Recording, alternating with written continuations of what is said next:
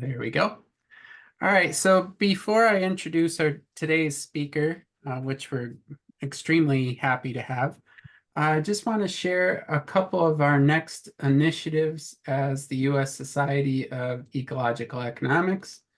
Our next event will be on March 5th, a new initiative, a podcast club, and that will be on the value of a whale. The reason we chose that ties into our second book club, and the book is going to be The Value of a Whale. So we are using this as a tie-in to our book club. So feel free to register for that. You'll be seeing announcements very shortly coming all over the place. And then on March 15th, we have a seminar by Richard Norgaard, Transdisciplinarity and the Origins and Future of Ecological Economics. So we're extremely happy to have that as well. So if you could please mute yourselves, that would be helpful.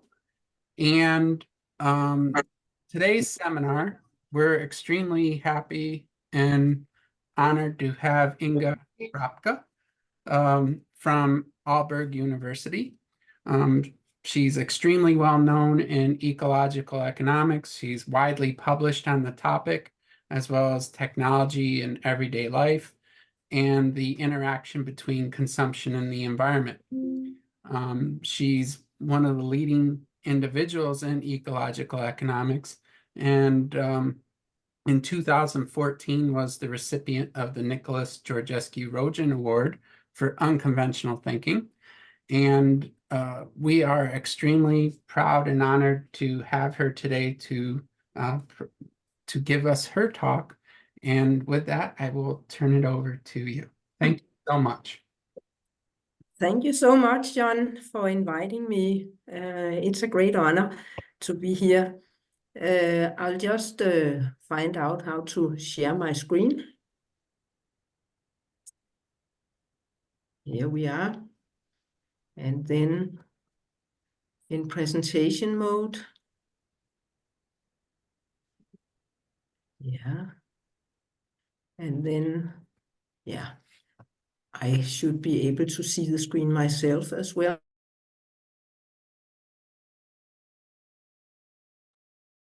And Inge, you are muted. I'll unmute. Thank you. Sorry. Yeah, I don't know how that happened, but yeah, I pressed some button I wasn't aware of. I just wonder how to change. Okay, here we are.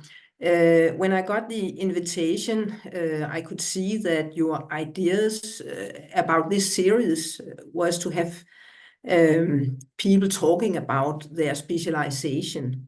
And my problem is that I don't have any specialization. I have worked with so many different things during my career, and I tend to move along after I've worked at a topic for some time. So it makes it a little bit difficult to choose a topic. So I decided instead to talk about my retirement tasks. Because at the moment, there is an increasing interest in ecological economics in Denmark. And I think it's interesting for me to try to respond to that interest. I think it's promoted by this increasing interest in post-growth, degrowth, donut economics, footprints, and so on.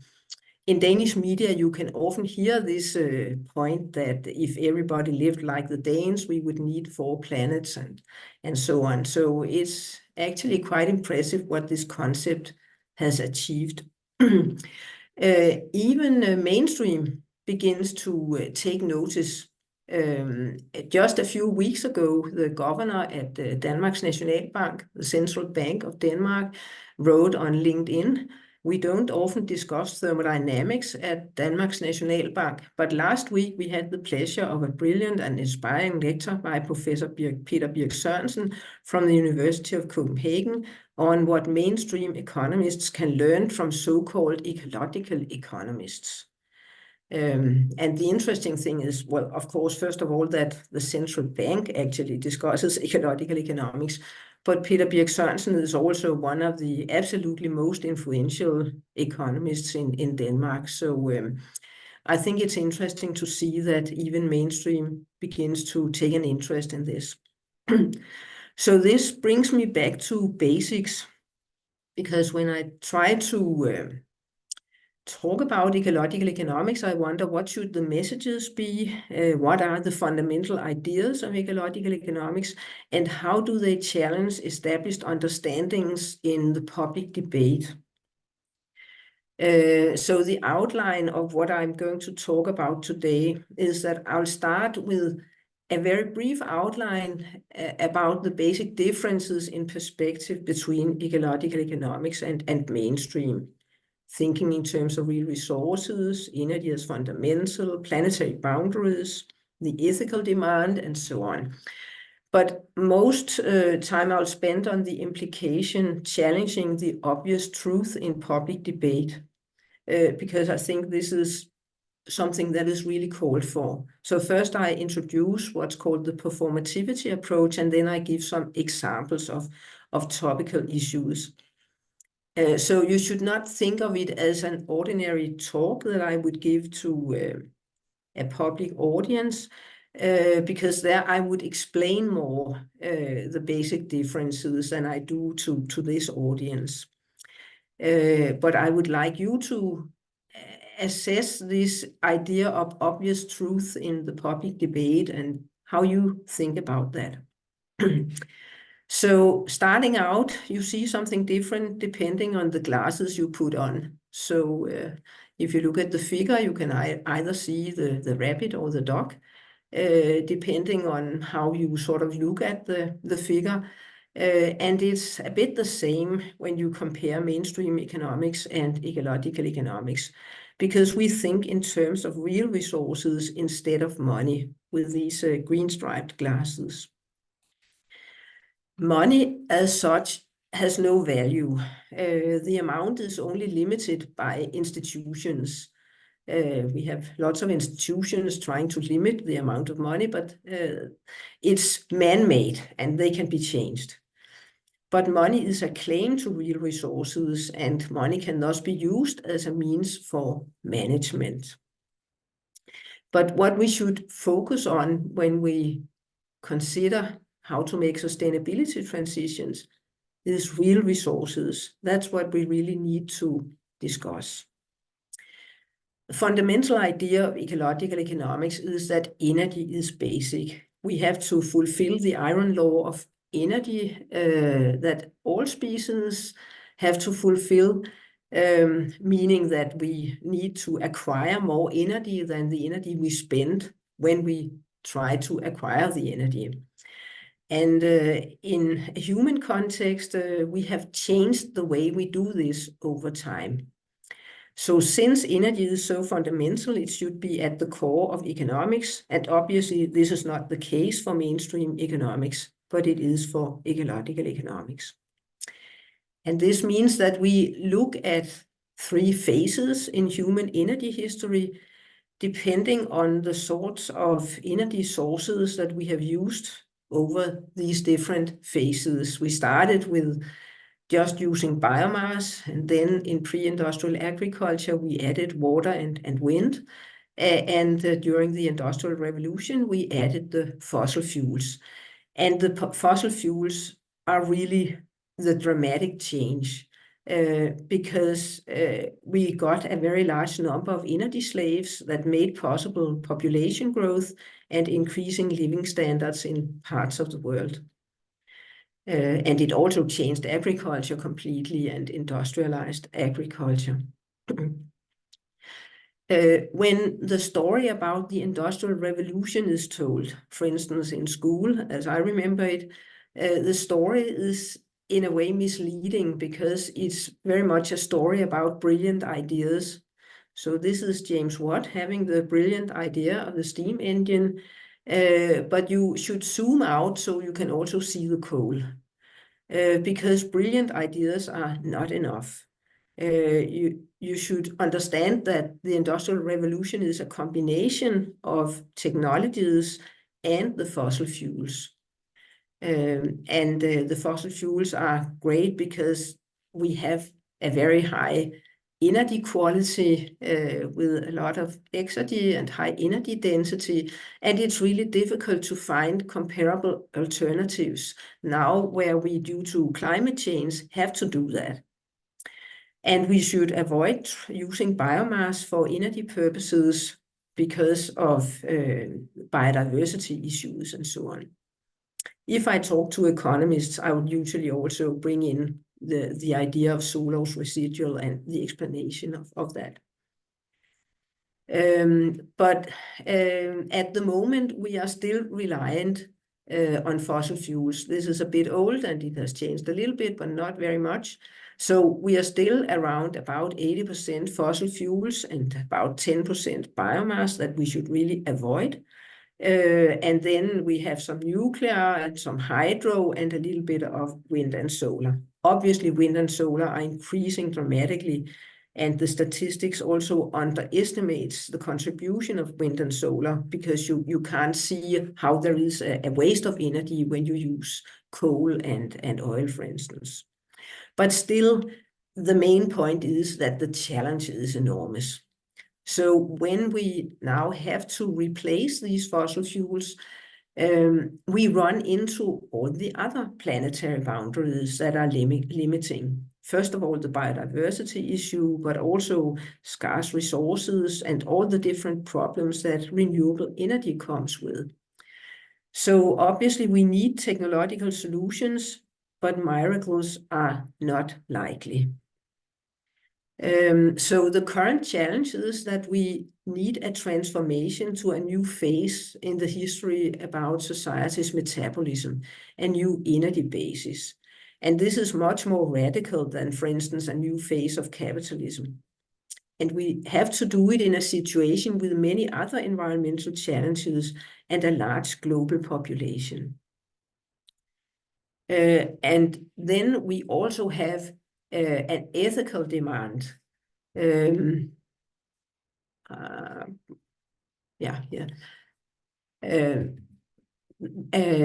we really want to solve the poverty problems, then the challenge is enormous. This is just an illustration of the large inequalities both within countries and between countries, and it illustrates how much we have to increase the quality of life or the material standards of life for large parts of the population. So this means that the challenge is enormous. So the ethical challenge in a full world is that we can say that our wealth and others' poverty are two sides of the same coin. You can see it when you look at how the price of a mobile phone is shaped, for instance, by bringing out mineral resources and by putting electronics together in sweatshops and so on. So there are highly problematic both environmental and human conditions in the production of electronics as well as many other products. Sometimes, for instance, Keynesian economics, they talk about this golden age we had in the Western world after the Second World War until the 1970s, but they often tend to forget that this golden age relied on the energy slaves of fossil energy that gave us the very large productivity increases, labor productivity increases, and then we relied on cheap labor and resources from outside our own countries. So if we want to solve the problems of poverty, we really, in the rich countries, need to, well, we cannot insist on becoming richer in material terms, but unfortunately, we still do so. And sometimes I also mention here that there is an alternative view. You can, in a way, agree with me in what I have said until now, but not in the ethical demand, because you can, as Garrett Hardin suggested, go for fighting instead of sharing. So I think this is here where we also in ecological economics take an ethical positions and actually say we think we should share rather than fight. So now I will turn to an elaboration of the implications of this ecological economics perspective in relation to everyday debates on economics and politics. First of all, a little bit about the performativity approach, and then the central problem that many statements and understandings are taken to be obvious truth. And it's an important task to challenge these and to try to establish other truths. So I'll give some examples of topical issues that are more or less overlapping. But first, a few words about the performativity approach. Often heterodox economists criticize mainstream economics because it misrepresents reality. But this is really not the point. As Stephen Marklin said, the apparatus of economics exists to further a normative agenda, not because of its usefulness in describing the world. And it's not only an ideological weapon, but it's also an integral part of shaping the institutional details of economic processes. It is actually useful for particular interest.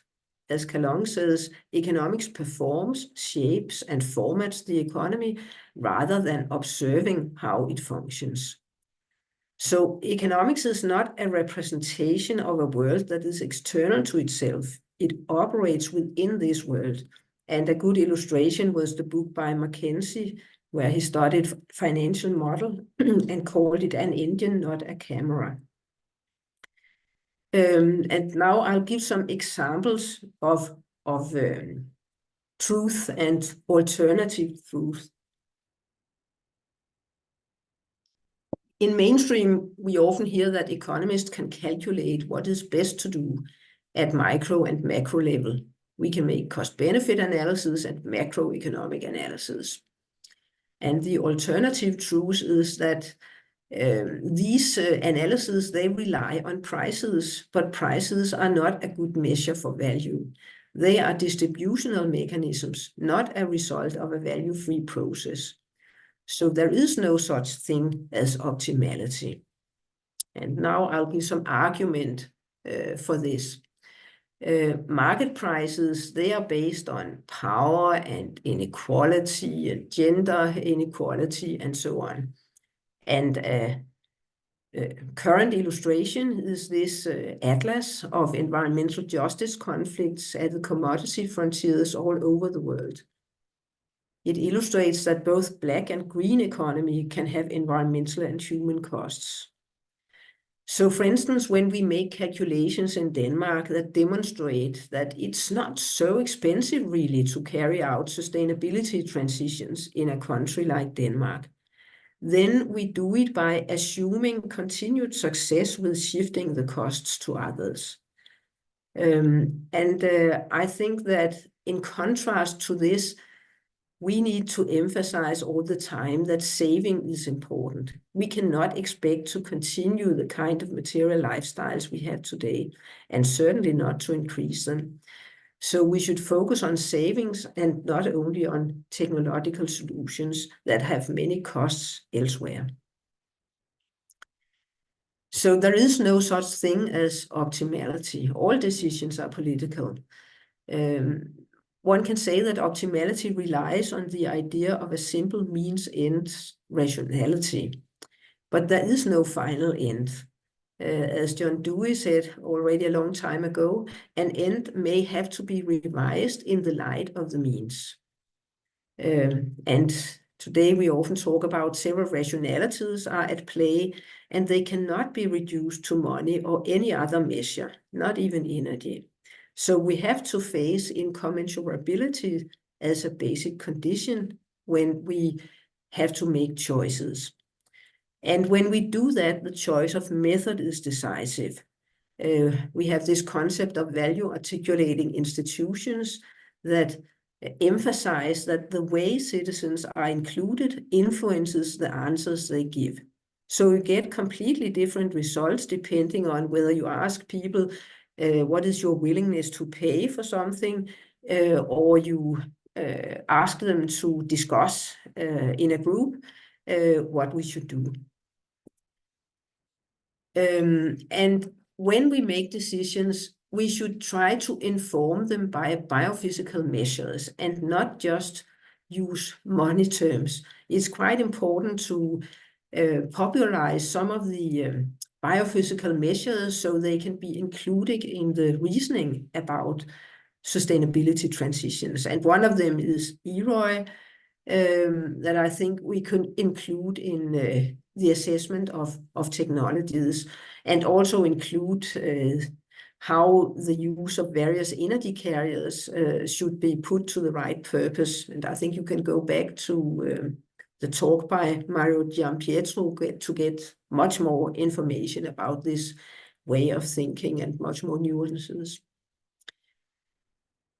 Another basic truth is that economists can order technical solutions, for instance, in relation to the abatement of climate change, according to their cost efficiency. And the alternative truth is that we should apply a systems perspective, and that there is no such thing as cost efficiency. So here is what economists do. They construct this marginal abatement cost curve. This is a Danish version where a lot of different measures are ordered according to how much it costs to reduce CO2 emissions with various measures. And of course, here the problem with the prices reappears. So we have exactly the same issue coming back. But in addition, we also have the point that the measures are not considered in a systemic perspective.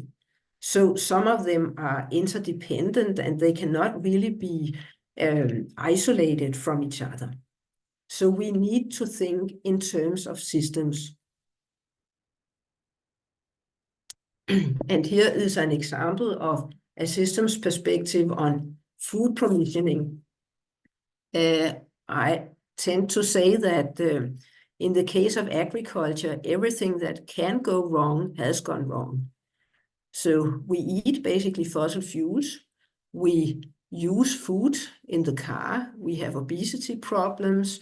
We have water scarcity. We have bacteria that are resistant to penicillin and to antibiotics. We have animal welfare problems. We have pesticides in the groundwater and so on. We have monotonous landscapes and so on. And then we also got the mink coming in from the side with the pandemics. So there are really many problems in relation to the way agriculture is run at the moment. And we tend to deal with problems as particular problems. So for instance, in Denmark, we have policies on all these different issues, but they are not thought of in a systems perspective. And this is what we need to do. One of the biophysical measures that can support this way of thinking is the human appropriation of net primary production, where we can look at how much of the net primary production based on photosynthesis are humans appropriating, because this illustrates how much we take and also take from other species. Particularly in a Danish context, this is interesting because it provides an alternative perspective on Danish agriculture. You may probably not know where Denmark is based, but it's in the north of Europe, just below Sweden and Norway. There is a small spot where you can see that we are not self-sufficient in biomass. And this is in a way a bit strange, because we think of ourselves as an agricultural country. But part of the explanation is that we use a lot of biomass in our energy system and call it renewable energy. But another part is the way our agriculture is run. So this can be used to illustrate different perspectives on Danish agriculture. The traditional view is that Denmark produces food for the world's population. But an ecological economist would say Denmark is a throughput country for biomass, because we get the soya from South America and then put it through the pigs and send out the pigs. We could also, in the traditional view, it is argued that we have an effective agricultural production, but that doesn't help much when the production is part of an irrational global system. Danish agriculture creates income in Denmark, but it also contributes to maintain inequality, for instance, because Danish pigs has a higher ability to pay than people in South America, so we help to maintain inequality. So in a way, it's an effective gear wheel in a problematic machine. So in general, we have to think in terms of a systems perspective when we talk about sustainability transformation. It's about systems, not just separate technologies, and therefore planning is needed. If we just focus on efficiency and effective gear wheels, then we can have, in a way, we can support the system that is problematic. We can maintain the irrational systems. As the development of the energy system illustrates, also different provisioning systems are interdependent, and we have to think about new interdependencies between different provisioning systems. We cannot leave this to the market.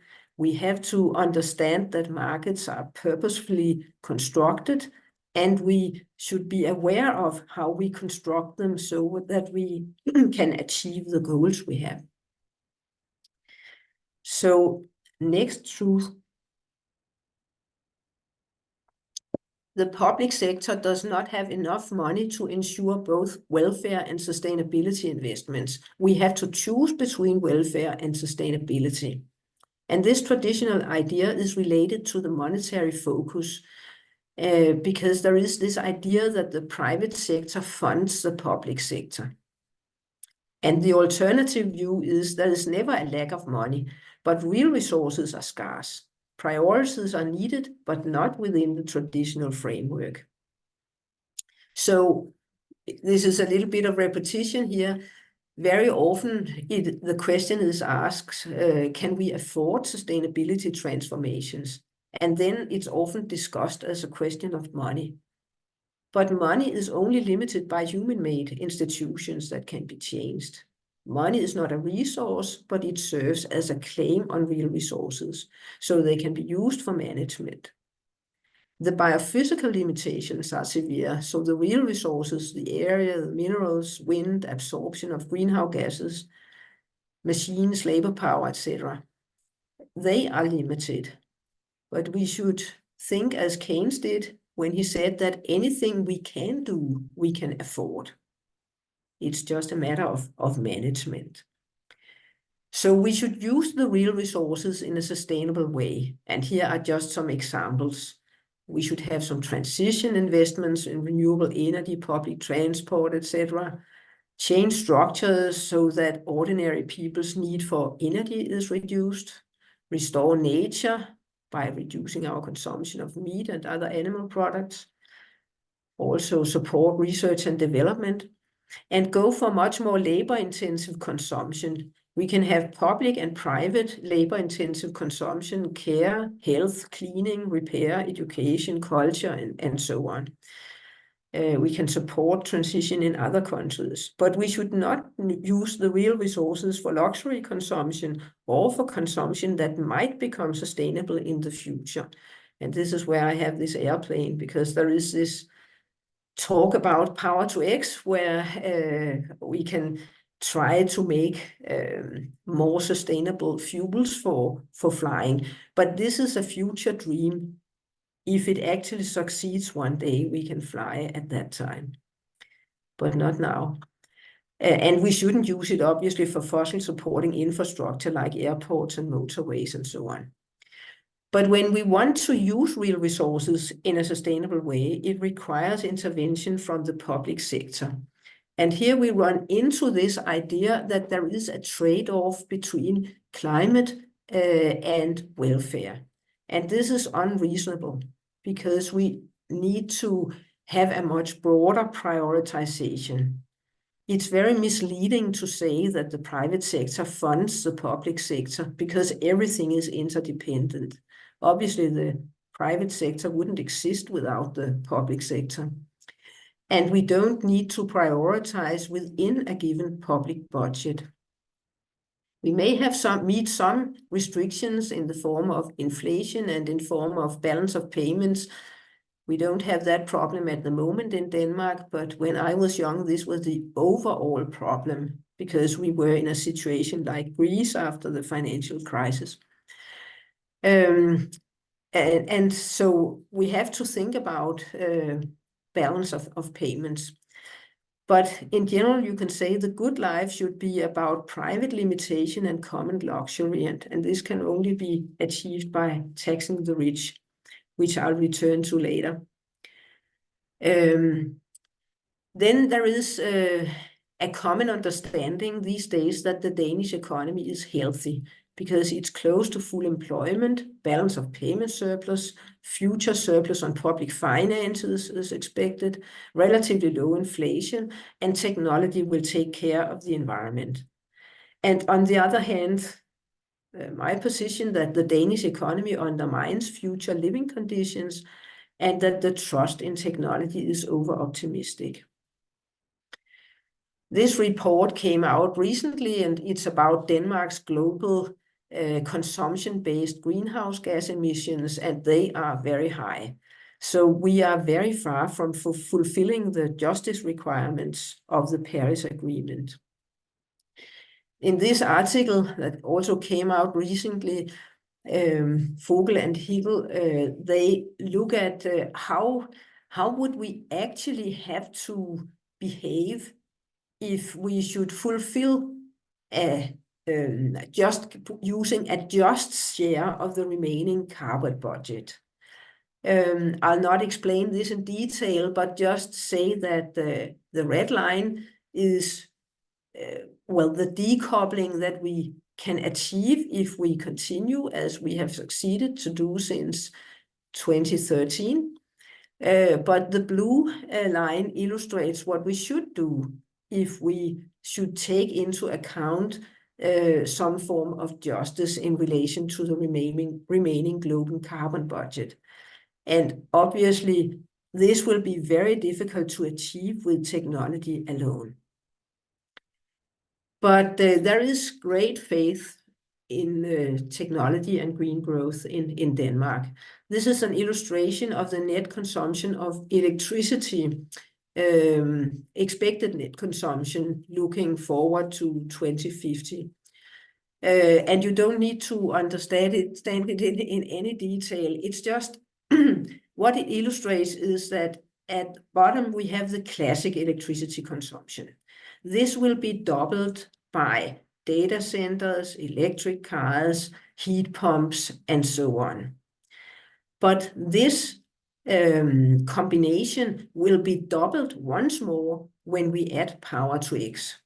So, and DAC is direct air capture of CO2. But the really important thing is power to X. So it's about how can we continue flying, how can we fill the ships, and so on. It's an enormous expectation to power to X. And of course, you can say that technological development can be very impressive, but I think we should be aware that energy consumption often follows, as we have seen, for instance, with ChatGPT, which has a very large demand on energy. So I think that the expectation of increased future wealth relies on historical experience where we have had increased labor productivity. But in the future, we need to focus on increasing energy productivity, area productivity, and materials productivity. So I think it will be very difficult to actually achieve this. And in particular, of course, we cannot achieve it if we want to take justice into account. So in my opinion, a healthy economy is about limiting consumption in the rich countries.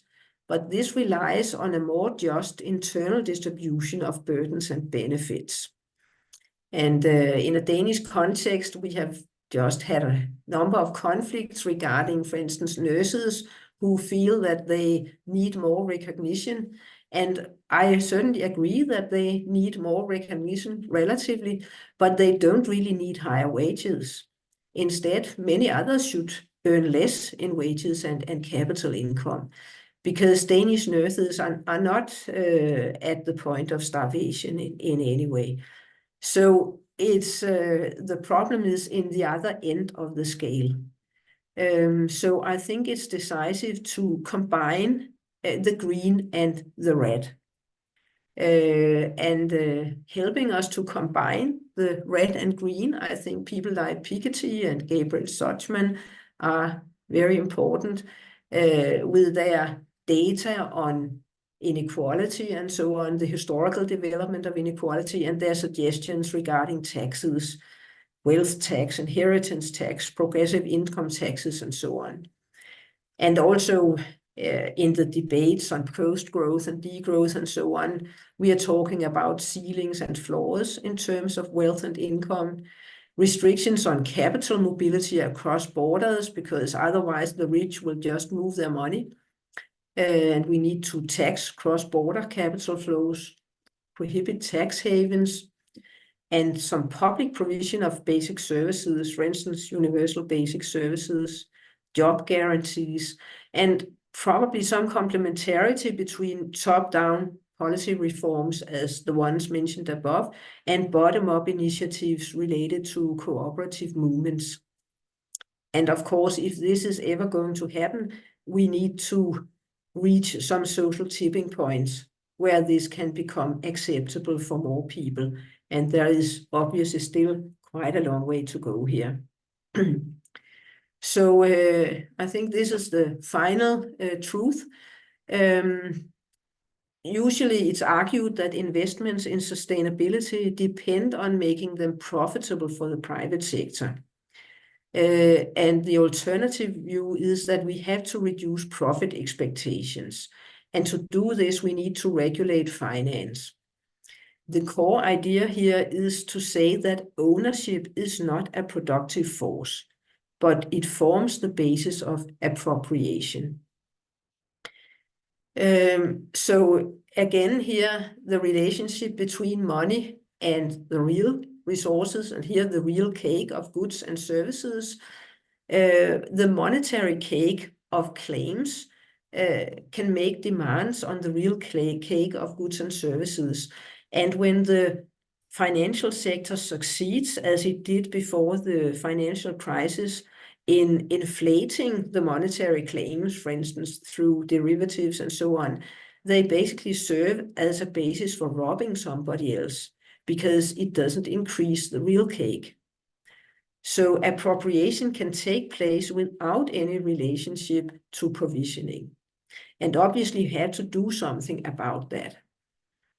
I think it might be okay with a premium for innovation that increases the real cake, particularly if it's an increase that is for the common good. But it should be modest and limited in time, and it should not be inherited. And this is because ownership as such does not contribute anything. Only a real personal effort deserves a reward, and the effort obviously should be socially useful. The classical economists like Ricardo, for instance, and Henry George, they were indignant at rentier incomes of landowners, unearned income that was not justified by illness of age. And Henry George already said that we should tax it away. So it's in no way a new idea. It's a sort of a revival of an old idea that has been more or less forgotten. So in order to reduce profit expectations in relation to sustainability transformation, we need to reduce the profit that capital can get in the financial sector. And there are many measures that are needed for that, and these are just some examples. Diversify the financial sector and reduce the degree of concentration. Regulate securitization. So like we approve medicine, we should also approve financial instruments. We should have transparent trades in derivatives, restrictions on high frequency trading, transaction tax, ban short selling, and again, restrictions on capital mobility across borders, tax cross-border capital flows, and prohibit tax havens. So it's a repetition of some of the things that are important to increase or decrease inequality. And then I think it's an important task for us to study all forms of rent and how they happen in modern economies, so that we better can achieve this reduction of profit expectations. Because a lot of sustainability transformations cannot become very profitable. So summing up here, some alternative truth. Prices are distributional mechanisms. There's no such thing as optimality. We should apply a systems perspective informed by biophysical measures. There's no such thing as cost efficiency. Money is not a resource, it's a claim on real resources. There's no necessary trade-off between public welfare and sustainability. And ownership is not a productive force, but forms the basis of appropriation. And finally here, I can mention that we have made some years ago this basic introduction to ecological economics, available in both Danish and English. And it's a little bit, it's from 2017, I think, but I think a lot of it still holds. So I'll stop here and stop sharing the screen. Well, thank you very much. And we have plenty of time for questions and comments. So if you have a question, you can just raise your hand and you can go ahead and ask it. Or if you want, you can put it in the chat and we can go from there. Eric Kemp Benedict, go ahead. Oh, sorry, those are clapping hands. Oh, I've sorry. got, I might have a comment in a bit, but I'm happy to have others go. I apologize. Looked like a raised hand.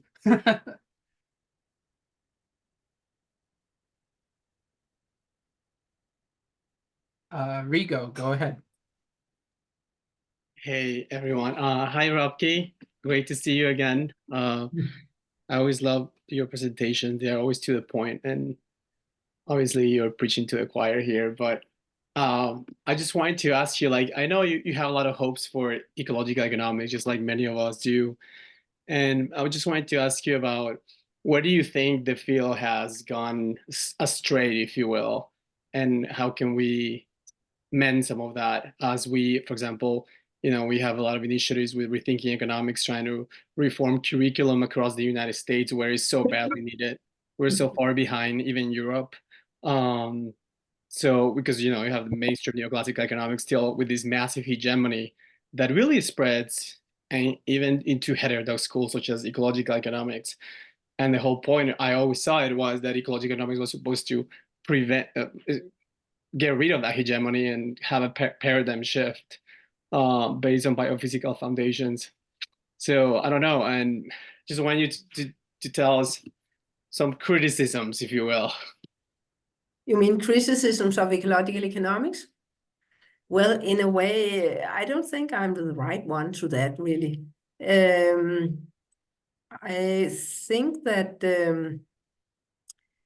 we always have a kind of a struggle about how should ecological economics be defined. And as you can hear, my version of ecological economics is a socio-ecological economics, and it's also a radical version. I think one of the discussions that is central also in relation to public debate and so on is whether we would be more effective if we were not as radical. For instance, if you take the talk I mentioned at the central bank in the beginning, Peter Birch Sørensen, he's obviously ecological economics light. And I think that's better than nothing.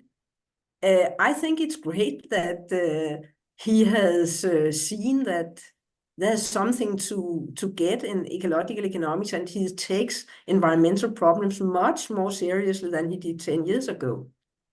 A great improvement. And certainly he's not agreeing with me on many of the other issues that I talk about. For instance, that you shouldn't use prices and no such thing as optimality and so on. He wouldn't agree on that. But I mean, there's space for everybody and things move in small steps. Hey, we have a couple more questions. Eric, now you're next. Thank you. This is an actual hand. Yes, thank you. I mean, the list that you had, it resonated very strongly with me. One, I'm going to put it as a statement, but it's really a question about what you think of this. When you talk about thinking in terms of systems, and saying, you know, there is no optimality, I agree with both of those, but I imagine someone could turn around and say, well, my equilibrium approach is a systems approach. I'm looking across the whole economy and I've got this equilibrium. And for me, another distinction that I'm using more and more is process versus equilibrium. And for example, for the marginal abatement curve, that's what really breaks it down. As soon as you put one of those in place, you've got a different curve. So it's really the process versus equilibrium, but just wondering what you think of that. I think that's a very useful comment, because what I wanted you to do was exactly to react to some of these truths, or how to formulate alternative truth and where do the problems lie. And I think you point exactly to a problem that some would argue that they do actually think in systems when they have a macroeconomic model and so on. And obviously, I would disagree on that, but that will challenge the way I can actually formulate myself about this. And I think your process versus equilibrium is a very good point that I will try to integrate in the future. So thank you. Next is Tim.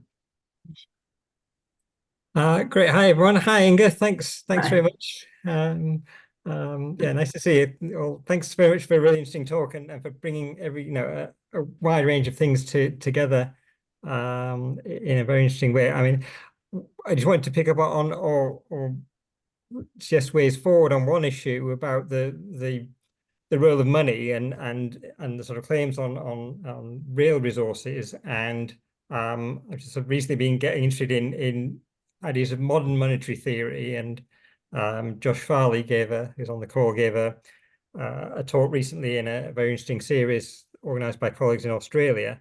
Basically this idea that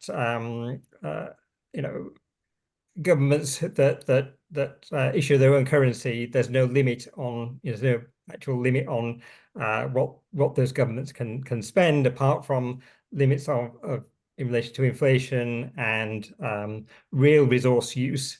And it seems that to me that there's potential for a lot more synergies between the view that you're articulating coming from an ecological economics perspective on the role of money and that theory which being developed around modern monetary theory, and just sort of interested in your thoughts on that, if you think there's potential for more synergies in that area.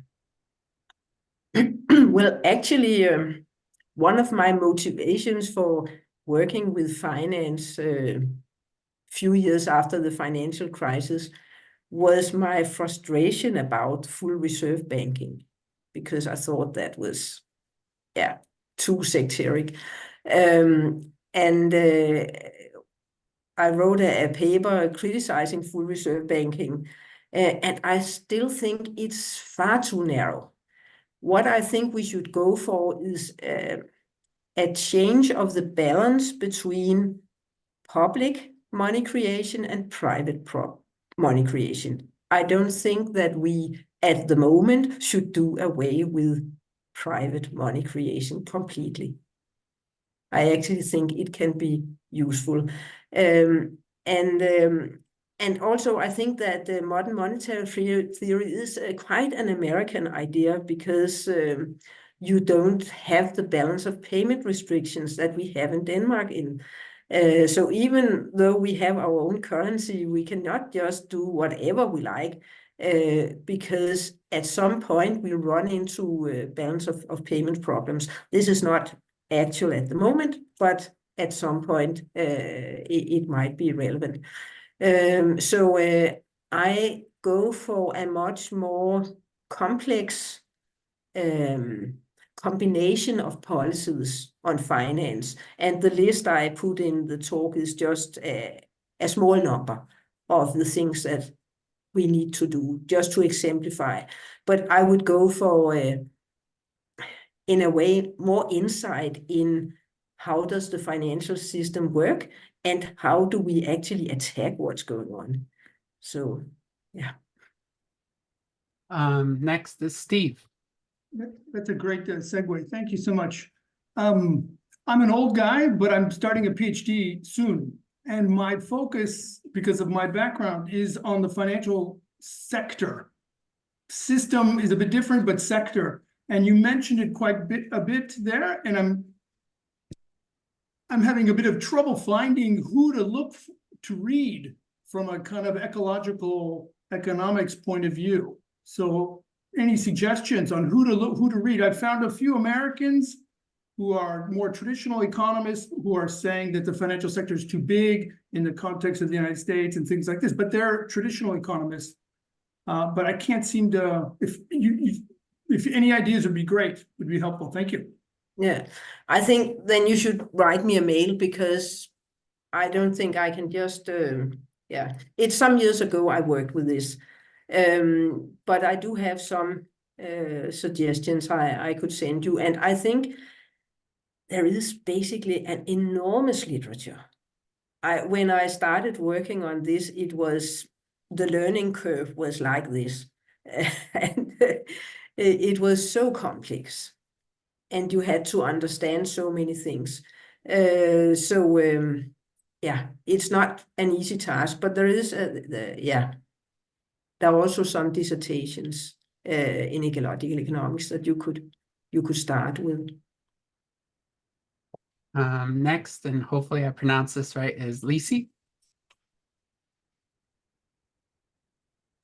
Yes, thank you. You pronounced it right. Inge, thank you very much for that clear presentation. I have a question which maybe takes us to a level of abstraction and theory which may not be particularly productive in terms of thinking about policy and what we can do to try to alter things. But it is a question for the evolution of ecological economics. Ecological economics, it seems, has been very good at creating an understanding and an awareness of biophysical connections in an economic system. But it's been, so in that sense, there's a materialism to ecological economics, which is lacking in a lot of other approaches. But I guess my question is whether or not that materialism has gone deep enough, because ecological economics seems very good at sort of understanding basic biophysical connections, but much less successful at advancing our understanding of economic systems. And I think this question of social metabolism in relation to Earth, which I think is what ecological economics, at least from the beginning, was trying to get at when they talk about understanding the relationship between Earth's household and humanity's household. I think that project has stagnated. And I guess I want to understand kind of your impression of it, because when I look at the history of economic thinking and ecological economics, I look, for example, at Herman Daly and say he was one of the leaders in the movement, and he had an outright rejection of materialism as a kind of economic exploration, and I guess I'm grappling with that right now. Mm. I'm also grappling with the fact that if I look out at the landscape of the world right now, the thing that seems most apparent to me is that we're not making measurable change in anything that we need to make measurable change in. Inequality, climate change, energy use, extinction of species. These are going along just as they have. We don't appear to be able to disengage from a system which seems to create those things. And so I guess that makes me wonder about human agency, which is a lot of what you concentrate on, our institutions, our policies to change things. So I'd just like kind of your thoughts about reflections on that, if you could. Yeah. Well, I think I'll start with the idea of my talk is really to say that I have some challenges in relation to everyday discourse. So often when you get questions from media and so on, or from ordinary people, they have some obvious truth in the back of their head that we disagree with. And somehow we have to turn it around. So this is sort of my focus, is really to how can we attack some of the common understandings. So this is the framework of what I'm doing here. But when you raise the question of does ecological economics move enough in relation to understanding economic systems, I think that I think we have to understand the tent of ecological economics very broadly, and for instance also include well, a book that really interested me was the one by David Graeber and David Wengrow about human history. So that's a way of combining materialism and social mechanisms, social structures, and so on. And I think we need to do much the same when we study our own societies. Try to understand how do they do the material trends relate to what's taking place, for instance, in the financial sector and so on. And I think that is increasing. So I'm maybe a little more optimistic in that regard. And whether we will succeed in anything, I think what we all do at the moment is a sort of hope for these social tipping points. it's interesting to see that a whole new field of studies is developing about social tipping points and how they can be promoted. And it's beyond my disciplinary understanding, but I think it's really important to look closer into that. So these are some of the reflections that you make me think of, although they may not respond directly to your question. Thanks, Inge. That was great. We have 2 more. Carrie, you're next. Right, thank you. So yeah, enjoyed the talk very much. So I think a question, one comment on a question of phrasing that I've attached to is that sort of the mainstream methods are not, I've taken from somebody else, like not fit for the purpose, say particularly of understanding low carbon energy transition, since I studied energy systems and macroeconomics. So that's a potential phrase. But my question here is, there's sort of a criticism of the mainstream is it doesn't really predict anything accurately and doesn't model the real world. But from a flip side, if we ask about ecological economics, and the question is, okay, well, what models or methods have been used to also project something or predict something and have that be an accurate or a fairly accurate representation of what happened? The World 3 model, limits to growth model, in my mind, is maybe the main one. And other than that, we have papers and things over the last maybe 10 years where people have started integrating stock flow consistent frameworks into some more biophysical parameters. So the question is, do you think ecological economics has kind of maybe suffered or not progressed as much because there's not a systematic way of, at least at the macroeconomic scale, producing a method that can be taught and repeated by people and put into practice?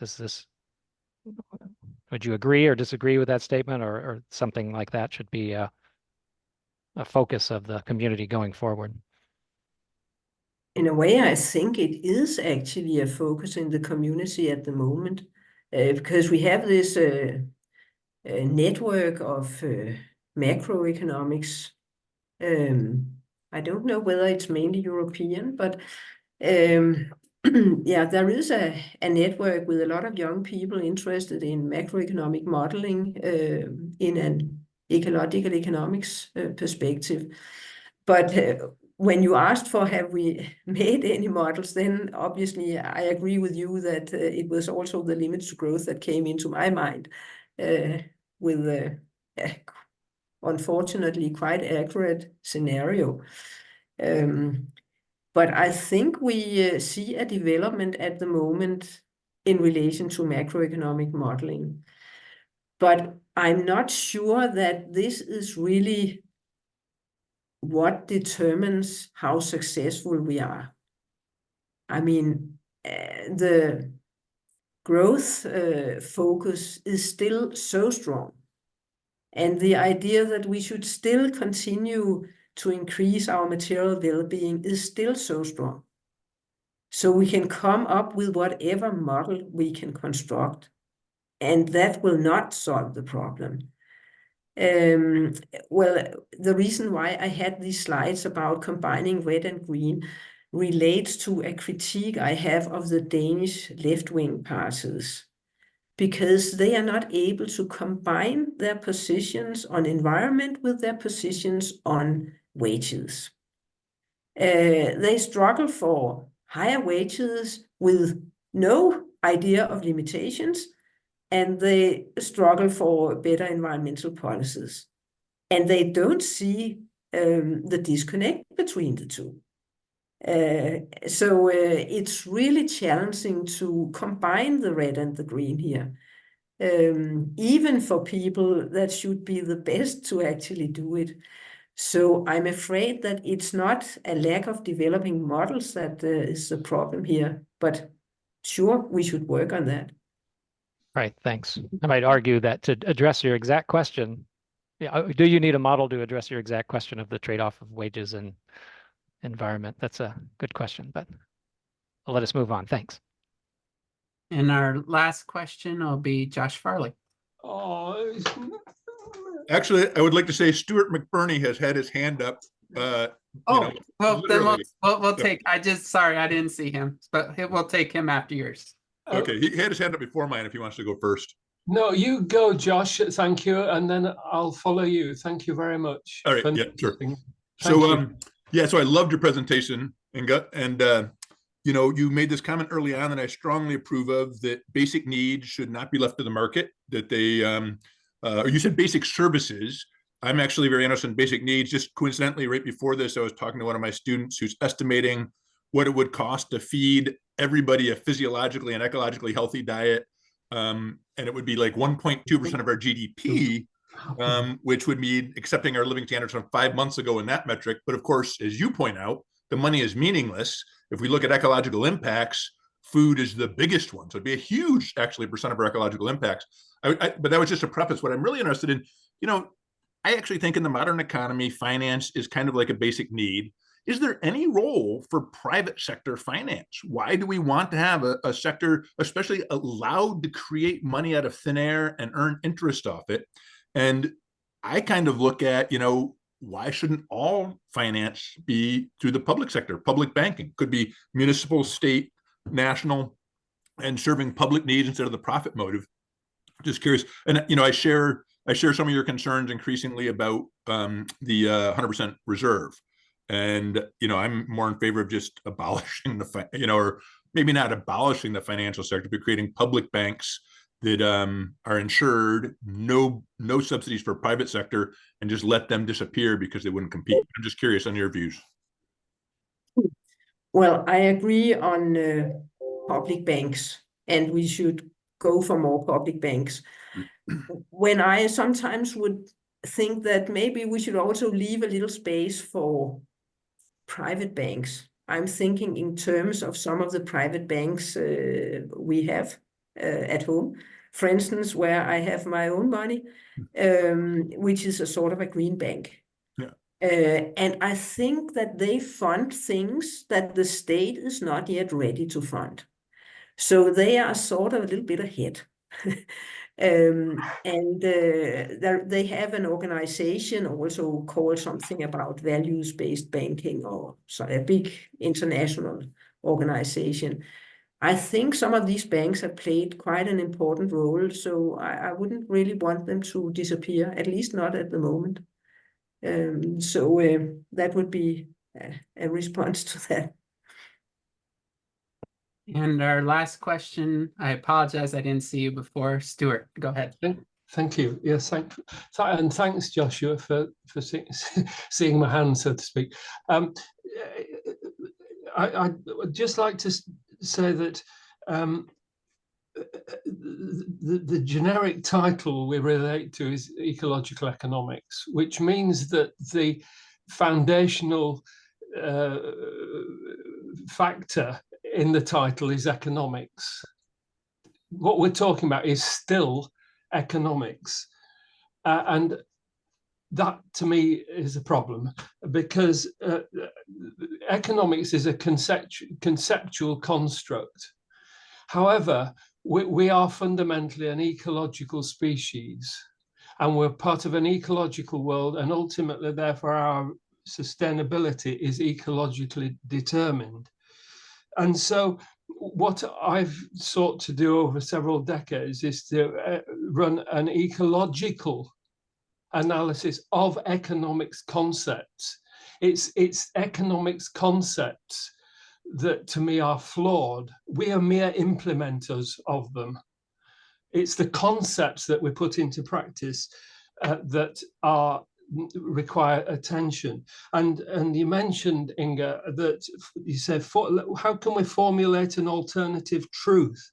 Well, I suggest that the truth we're looking for is ecological, because that's what we are. And so in an ecological analysis of economics, for example, to try and give an example, if we take profit making, which Joshua just referred to, you know, banks, corporations making profit. If you evaluate profit ecologically, you can see quite simply that it is a driver of imbalance. You make a profit, I take a profit, you make the loss. The fish stock takes a loss, I make the profit. And the ecological significance of that is the fact that ecosystems are self-balancing, and their self-balance is part of their sustainability process. So these concepts which we take as immutable are ecologically illegitimate in the way that they're their actual characteristics.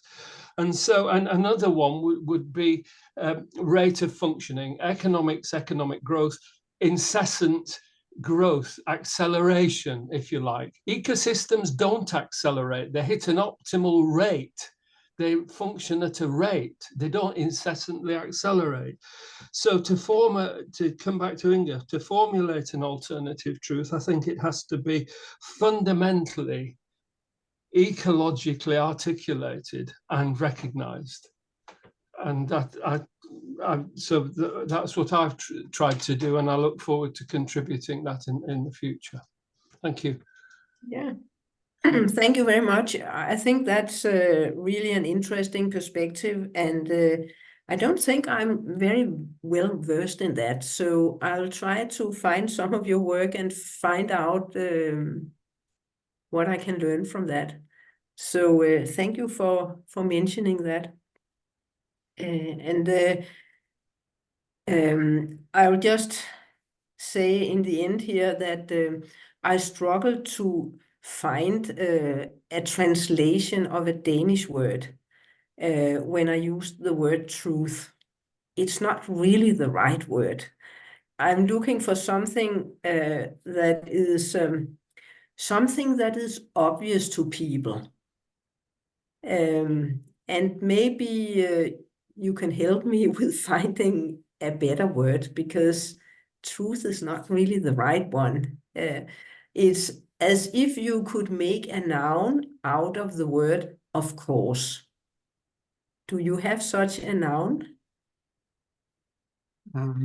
Yeah, there's a couple in the chat. Common sense, accepted wisdom.